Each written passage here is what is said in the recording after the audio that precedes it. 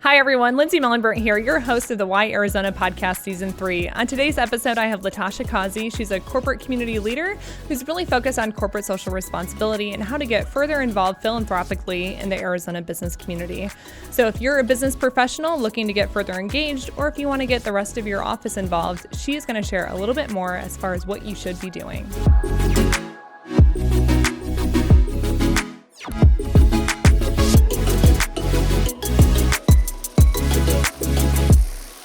Hi, everyone. We're so excited to kick off episode 5 of the Why Arizona podcast with my great friend, Latasha Causey. She's a local community thought leader and probably one of the largest experts in the corporate social responsibility and community service space.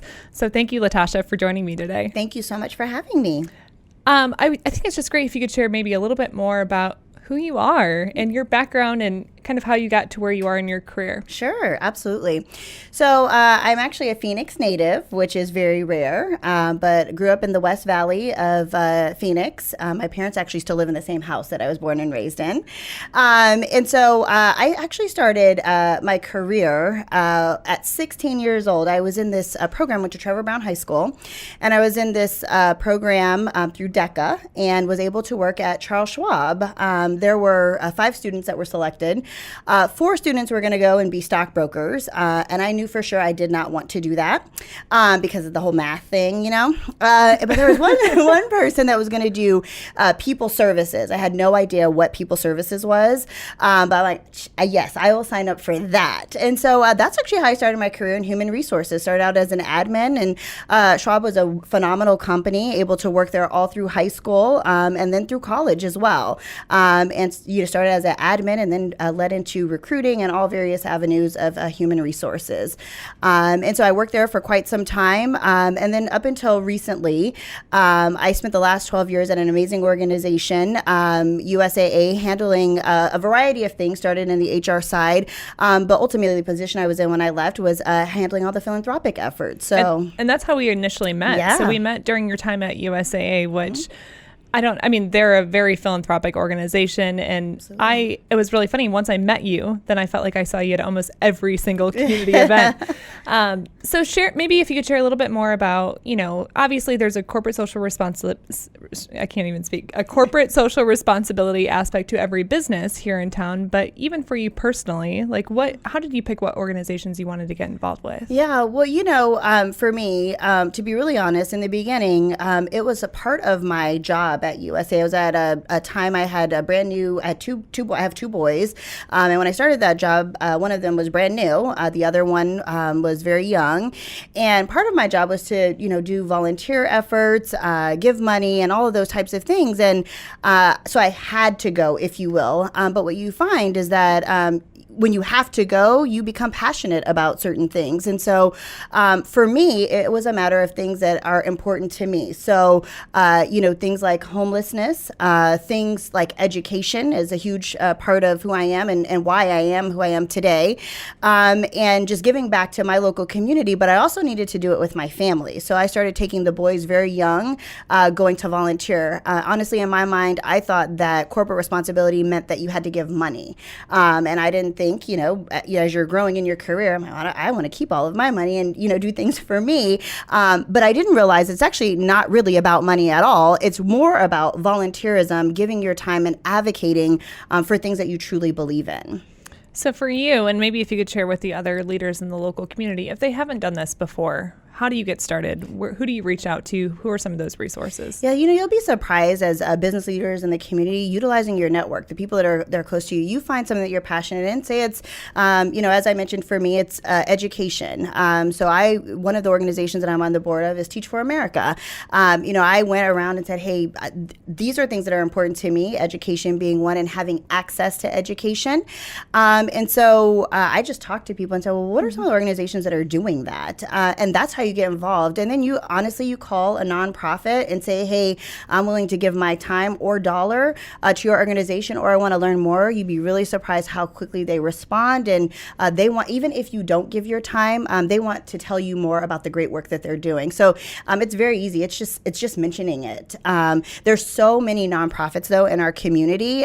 So you do have a responsibility in yourself to figure out what it is that you're passionate about and what you're willing to donate your time and dollars others too. I love that you're passionate about education. We definitely share in that whole mindset. I mean, my dad's a retired school superintendent, and I currently sit on the Arizona Charter School Association Corporate Advisory Committee. So helping to further support education because that's our future workforce.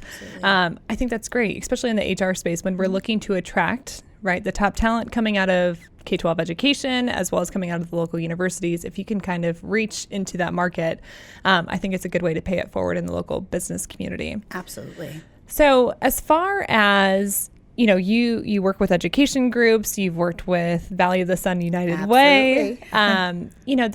Is it best to jump in on a committee, or is it just best to kind of feel it out and figure out, just volunteer one day, or what would be your approach? Yeah, so it's all about you, right? So what I would say is don't just sign up to be on a board to have your name on the board. Sign up to where you truly can give back, where you will provide value to that organization.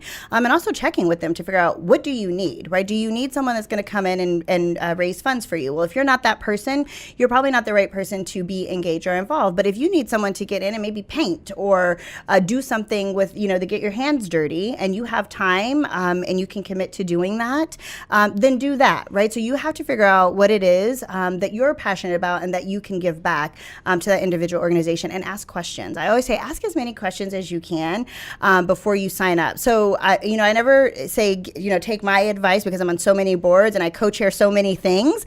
I say make sure that if you're going to commit to it, make sure you have the time to do it, because there's nothing worse than setting a nonprofit up for failure. So not everybody has the luxury to work for a company that is really pushing their involvement in local nonprofits. I feel like more companies now have jumped on board and they're further, encouraging their employees to do that. But are they paying their employees to take that time? Are they making them do that during their PTO? What have you seen as a standard process for that? Yeah, honestly, a standard process is that most people take their own PTO, but there are some amazing organizations like the one that I just recently worked for that gives volunteer hours. You have voluntary time off. You are paid for it to go out in the community and do amazing work. And I know there are other corporations that do that as well. It's really about having a conversation with your leadership team to be able to do those things. So don't overcommit yourself if you're not in a position to where you do have some flexibility and you can go out and engage in the community. But it's really about talking to your employer, talking to the HR individuals, talking to the people who do the benefits to say, hey, this is important for me being able to go out and donate my time. Most of the time they need it, Monday through Friday, 8 to 5 when everyone is working. And some corporations are really open to that. And they're realizing, like you just said, it's a new day and a new age. It's very important for employees to be able to work for an employer that believes in something and that wants to do corporate responsibility. And do you, especially from the HR side, do you utilize that component when you're recruiting new talent into a company? Absolutely. I think that now, especially right now in the times that we're currently in, organizations that allow employees to believe in something bigger than the business, right? Bigger than making money for an organization. There has to be some sort of balance. There has to be, you don't just, everyone goes to work for a paycheck, but there's more to going to work for that, right? And so definitely utilizing that in the recruiting process retains, it gets people there, right? But it retains them as well.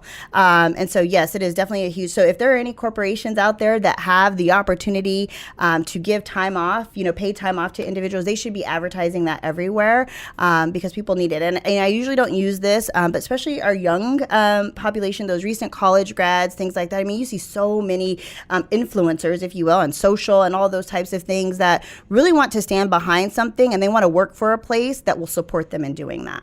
And how do you further communicate that? Are you sharing that on social media platforms just when you're interviewing somebody? How do you kind of further promote all the great things that companies are doing in a community? Absolutely. All of the above, right? You do that on social media. And when organizations and companies pull together and volunteer as teams, taking as many photos as possible, not just for the photo opportunity, but truly to encourage other people, other employers, other community leaders to do the same. But that also tells your story. As an employer, it's telling the story of, hey, we come together and we volunteer and we give back to this community that we live and work in. So yes, you do it through the interview process. You kind of put the exclamation point on it when you're giving the offer as well. Like, hey, don't forget we have this benefit as well that starts day one or whenever it starts, for you to be able to go out and do things that you believe in.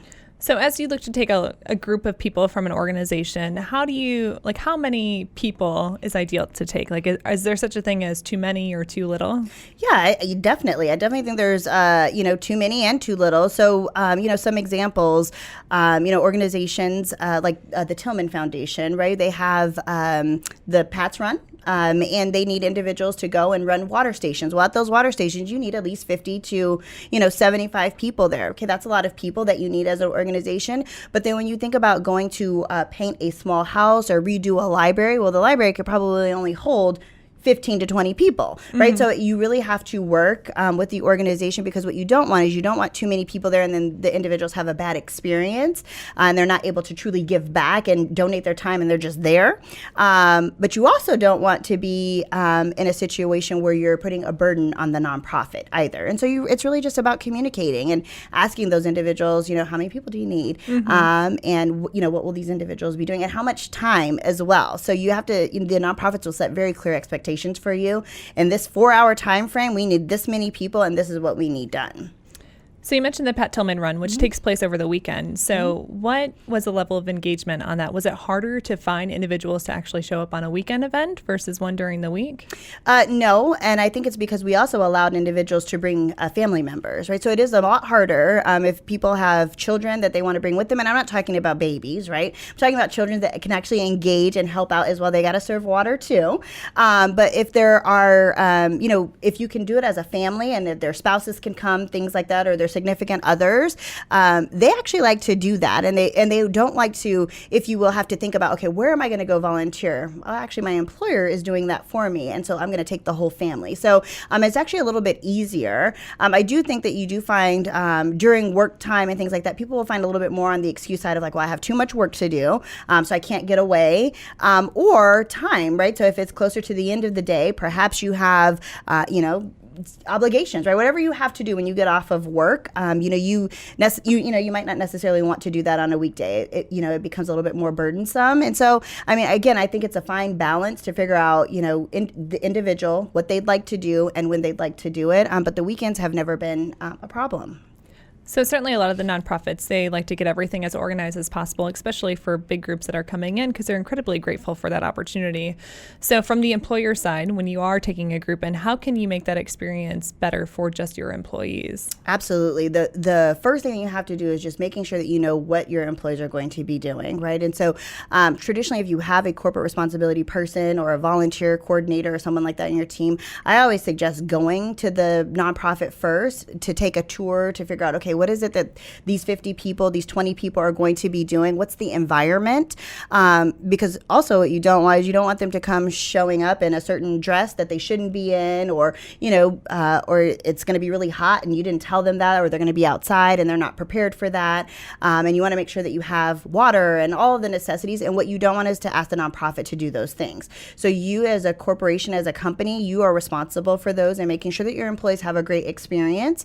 The other piece is making sure that the nonprofit is prepared to tell their story while they're there. So when you kick off, always kick off with your why. Why are we here? What does this organization do? And, why is it so valuable for you 20, 50 employee volunteers to be here? And what's that impact that you're going to have? When this is complete, what will that do for us? So really just making sure that you have, treat it like a business, treat it like a business meeting, making sure that you have everything outlined and ready to go for those individuals that are going to show up. I think that's a great point. So I know when I volunteered for a lot of different organizations, we didn't necessarily know the why as to why we were there. But when that information was shared with the rest of the group, then we were able to be ambassadors in the local community and share that story with everybody else that we have known. So, and another thing, especially when I take groups to go and volunteer, we like to make it like a team building exercise, yes. Right? So make it competitive, right? Figure out a way to make smaller teams to, work against each other, to find opportunities to make each other laugh. And then maybe schedule something before or after, like a team lunch or a team happy hour or something along those lines. Absolutely. So from an executive standpoint, everyone runs out of time, right? It just never seems to have enough hours in the workday or in the work week. So as they look to navigate their schedules and just life in general, how much time do you allocate towards being involved in nonprofit work? And what do you think would be a healthy balance between, actually staying focused in your day in and day out job and then getting involved in the community?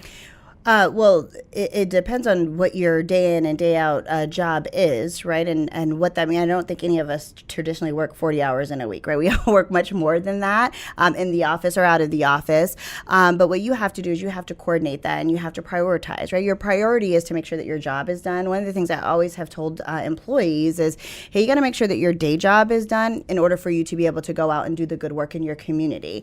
And so making sure that there's a balance. So I can't necessarily say, 5 hours a week, 20 hours a week, but it's what makes sense for you and in your schedule. Again, like I said, I won't recommend the things that I do because I'm on so many boards, but I balance that out. I mean, I work a lot, and my employers know that the community give back is very important to me, but they also know that I'm going to show up every day and give everything that I can to my job. And so there wouldn't be a conflict of those things. And so that would be the biggest piece, making sure there's no conflicts in your schedule, because what you don't want is for the community to become that's your job, because it's not. It's just something else that you're doing as a give back, right? And so you have to make sure that it's what makes sense for you and in your schedule. Getting involved with local boards and nonprofits, I think, provides a great opportunity to meet other executives in the local market. Networking is everything, right? Absolutely. Can you maybe share a couple of stories or things that have been really beneficial to you, or maybe surprising about joining some of the boards here in town? Yeah, so I mean, I have so many stories. There's one thing I will say just about volunteerism from an employer standpoint. Your internal network is really important as well. And so working for large organizations, obviously I worked for a company that had over 5,000 employees here locally. Obviously, you don't see those employees every day, and you don't get a chance to, if you're not in an executive leadership role, or if you're in a management role, you don't necessarily get to engage with executive leaders all the time. Or if you're a frontline call center type of employee, you never get to do that, right? In certain situations. That internal network, by going out and volunteering, you have executives that are there. It's just a mix. No one comes to the door in a volunteer event with their title. They just come as, I'm Latasha and I'm here to volunteer. That internal network is so important. And so there have been so many stories of individuals that I have personally met just by volunteering and getting to know them a little bit and getting to know who they are, why they're there, and then being able to connect them with other organizations as well, because they talk about their passion and or connect them just with other people. So that internal network is really important as well. But from an external standpoint and boards, I mean, there have been so many collaborations from being on boards of certain individuals. I mean, and when I think about things like you and the GPEC and like the Phoenix Chamber, things like that, there are individuals on each of those, within each of those organizations that have served on boards. And if I have like a workforce issue, like, hey, listen, I cannot hire these individuals. No one knows that we're hiring these types of people. Those connections have helped us tremendously in just building our workforce. So like, hey, have you talked to Lindsay, or have you talked to so-and-so here or there? And just the network just continues and continues to grow. And that's just, you'll see people like, last week I was volunteering for Valley Leadership, and I was doing interviews for their upcoming class, and there were a few people that were there that I was interviewing with, and it's always, oh, that's Latasha, I serve on the board with her for this or for that, and I want to introduce you to so-and-so. So it just continues to build your network because they know that you're passionate about giving back, and so it's definitely definitely helps you grow your network, and it's a really good thing to have because there are some amazing people within our community that you might not otherwise meet because they're just silent board members, right? Or not just necessarily out there attending every event. Yeah, I found it to be highly beneficial. Some of the individuals that I met, they're just not people I would traditionally run into day in and day out. So Right. I've found that building my network through organizational involvement has been incredibly beneficial to my overall career. Absolutely. So a lot of companies, especially as they roll out corporate social responsibility plans, they have planned giving, right? They allocate so much money that they're going to spend in the community each year. Can you provide your personal perspective on just allocating funds versus actually volunteering your time and energy? Yeah, well, funds are important, right? These nonprofits, they need money. In Arizona, we're getting better, but we're not Phoenix is not a place where there's a lot of headquarters, which makes it a little bit difficult for some of our nonprofits, right? So you have other, when you have tons of headquarters, I mean, they're giving because that's just what they do. But when you have satellite offices, your money goes back to your headquarters, right? Or wherever that community is that you're truly invested in. And so the dollars are much smaller here. But there are a lot of amazing organizations here giving back within the community. And so it's very important to give dollars, especially here in Arizona, just because we don't have those corporate headquarters here. So we all need to bring our dollars together to make an even bigger impact. But you do also have to volunteer your time, again, for the same reason. You have multiple organizations that are here. Not all of them have 5,000 employees here, right? I mean, most of them have much smaller, and we have to work together and come together to donate and give our time back to the community. It's just an important thing, and honestly, I feel like it's an obligation.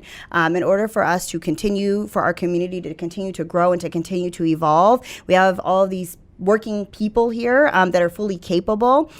They need to be out there doing things. And again, it's not only about the dollar. I think that the corporation should be giving dollars, but I also think that employees, as you can give, you should, but you should always give your time. So one interesting thing that came up at one of my previous AZ BizLink events was talking about how some employers now are matching dollar amounts that employees are providing to nonprofits here in the community. Are there any other unique trends like that you've seen as you've talked to other corporations here in town? Yeah, I think there are multiple organizations that are doing that now. And as well, like if there's a cause or like, let's say something happens, right? Like a disaster, right? Like, so a Hurricane Harvey came before and, say you have family members that are there that are impacted and affected. There are some unique organizations that are saying, hey, if you give $100, I'll give specifically to this cause, versus, most organizations have parameters of you have homelessness, you have education, you have buckets, right, of money that you're going to give to, but they have uniquely been different when something has happened. The community has pulled together. So I think that that's something that's very unique that I haven't seen in the past. And I've also seen more organizations opening up their giving campaigns, right? So it's not just we give to this one particular organization. We will give to multiple organizations as a whole, and we will still match you dollar for dollar. And so I think that there have been just so many great things with corporations coming together, giving back and helping employees make their dollars go further. So for the end users here in the local community, as they are looking to further develop their corporate social responsibility plans, how do you get started? Yeah, that's a great question. Traditionally, you want to get started by knowing what is it that you want to support, right? So who do you want to support? Because I think a lot of corporations, they get overwhelmed by the amount of nonprofits that are here and they want to help everyone. Well, you can't really help everyone. So you have to figure out, who do you want to help? Is it, is it the homeless? Is it healthcare? Is it education? What is it? And then figure out, okay, well, how much money do I have in order to do that? And how do I build on that dollar, right? Is it employees that are going to give? Is it just philanthropic dollars that we have? How are we going to get the dollars to give and to get back into the community? And do they decide on the type of nonprofits based on what aligns with their businesses? Or is it personal interest? Or? Well, no, I don't think it necessarily has to be what's within their business. I think they do need to engage their employees as well. So if it's, it's new and you want some employee engagement, talk to your employees. What's important to your employees, right? What are some of the things that they feel is necessary for the organization to support in the community? And most of the time it does come back to being something that's related or closely related to your business. But again, you got to have some flexibility. It doesn't only have to be that, because perhaps you're doing something really well in that business and you're already doing that just by the business that you're running. And so you want to be able to give and develop even more outside of that. So you have to have some structure around that. So I love the idea of actually opening it up to all the employees, because I feel like if they're on board and really excited about it, you'll probably have higher levels of participation. Absolutely. So if you, as an employer, if you were to put that out to your employee population, would you recommend providing a couple options or just leaving it wide open to see what options are presented? Yeah, when you're starting out and you're at zero, I love leaving it open, right? Leave it, and that does depend on how large your organization is, though, right? If you have 5,000 employees, okay, you probably can't leave it just completely open, because that's going to be very large and get a little bit messy there. But if you have a smaller population, I definitely say leave it open and hear from your employees, especially if you have a smaller organization. It's very important to hear from them. And if it is larger, then have some sort of baseline, but don't keep it so restricted that people stop thinking about, okay, well, you already gave me my option, so I'm going to pick option A, right? So you don't want that either. You want them to be creative, because actually you'll probably learn from your employees and learn about some of the amazing things and areas of focus and things that are going on that could utilize the help of your corporation and your employees. I would like to think that corporate social responsibility is one of those things that people do just because they really are passionate about it and they want to give back. But we also know, let's be honest, that there is a marketing aspect to this overall concept. So as you're tracking your investment or your ROI into the community, what are ways in which you do that? Is it just simply based on the dollar amounts, the hours, as you report that to the company at the end of the year? Like, what are some of those strategies? Yeah, so that's a great question because it's very interesting. Some organizations are silent givers as well. So you will show up and you'll make sure that your employees are giving, right? So volunteer, you show up with your volunteer shirt and all those types of things. And yes, you get marketing out of that because you're taking photos. But I go back to, I feel like a lot of organizations are doing that so that other people will join in, right? We want you to follow us and we want you to do those things. And then there are some organizations that you see that, you see them with those big fake checks that say, "Ooh, I gave this organization $10 million, right? And they want that, and they want you to be able to see that because they're being very particular about the nonprofits that they're giving to and that customer base as well, right? I want to use that because they give to something that I'm also passionate about. So there has to be a very fine balance. Don't do it just for the marketing, yet that naturally comes with it. Do it for the reason and for the purpose, which is to truly, truly advocate for the community and make us have a stronger community together. And that's what you want to do. You don't want to do it just for the business. Some of those things, when you do it that way, right? When you do it the right way, naturally that marketing comes together. Naturally, those recognitions come together, right? You'll start to receive awards and those types of things that you're not applying for, that you're not paying for. It's just naturally because you're doing the right thing within the community. So from an executive standpoint, as they look to get further involved with local nonprofits, and sitting in a board position or even networking with other executives involved with nonprofits, what's the real benefit, right? Like as they're building those relationships, what's the real benefit in spending so much time and energy in that space from a personal standpoint, right? Certainly we can get the masses together and we can volunteer as a large group, but on a personal level, what would you say the benefit is? From a personal standpoint, it truly is, I feel like when individuals like myself have been so fortunate, so blessed to have a great, great career, with a great career comes, it comes obligation, it comes influence, it comes a lot of things that I feel like if I wasn't doing it, I'm not doing my part. And so for me, it's personal. It's very personal to give back. I came from, my parents did fine, but I didn't come from, we have all of this money or we have all these things. We always came from an environment of giving back and doing the right thing. And so I feel like for me personally, that's the biggest gain for me. And oh, by the way, while I'm doing all of that, yes, I'm building my network. Yes, I'm raising a lot of money for organizations that I co-chair, like United Way, that I do all those things for. So yes, there are other things that come along with that, but the biggest benefit truly is what it does for me personally, because for me, I just feel like it's a requirement. It's not really an option. I just feel like, if I've been blessed in this situation for a reason, and that reason is, yes, not only to be able to have a good life, but as well to help others. So that's truly what I get out of it. And of all the volunteer experiences that you've had, which I know there's probably hundreds at this point, what have been some of your most favorite ones? Yeah. Earlier this year, a friend of mine, she and I you were also in this book, The Notebook, right? So Monique invited me to come out and speak to some young girls in elementary school, right? So I'm sitting there, I'm in the class and talking to these young 6th grade girls.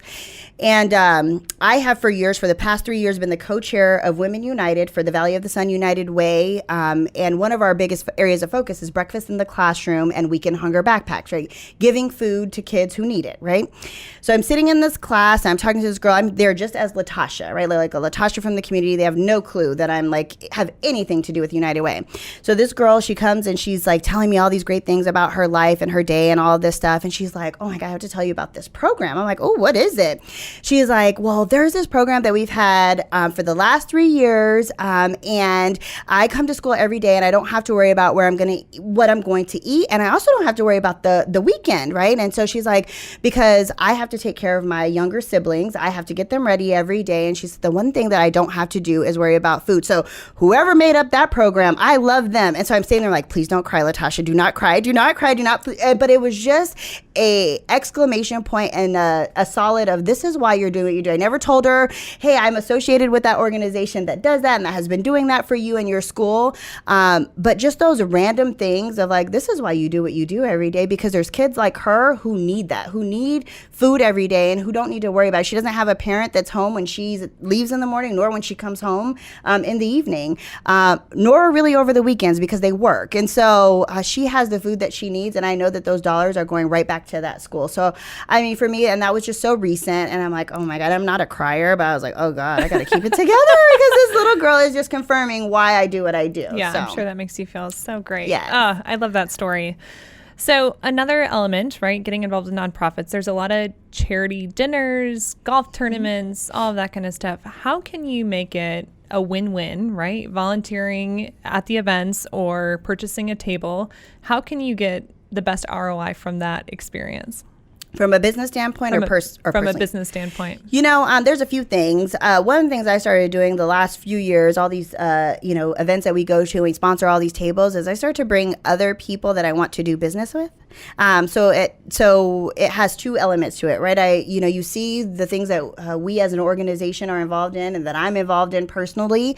And I want you to give to that organization too, but it helps you understand who we are and why we're doing what we're doing as well. So, I start to do unique things, right? Like bring other people, bring other community people and advocates out there to those events. And that helps on your, if it's you that I'm trying to work with from any avenue. I'm like, hey, let me try to sell Lindsay on this. And those things sell themselves, right? We've been to tons of them, right? And so that's probably the biggest thing. But then there is also the marketing aspect, right? So your logo goes on, whether it's their website, whether it's there in the room, while you have so many influencers and so many community and business people in the room, your logo is right along with the rest of them.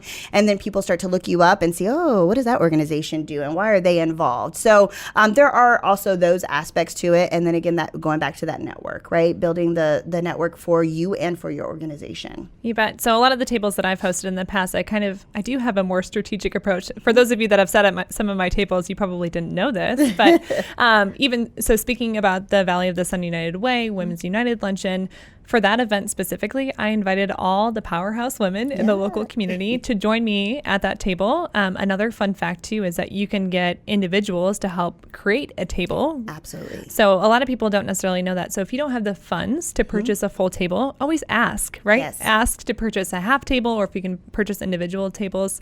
I think nonprofits, especially in our community, are always happy to take any funds they can receive.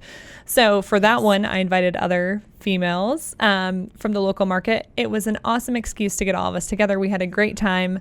Other events that I've hosted, yes, I've invited clients, I've invited close friends, I've invited community leaders, but it's just a great excuse to get everybody together for a non-traditional event, right? So rather than doing that coffee meeting or that lunch meeting or that dinner, I think everybody leaves those events feeling really, really good. Absolutely.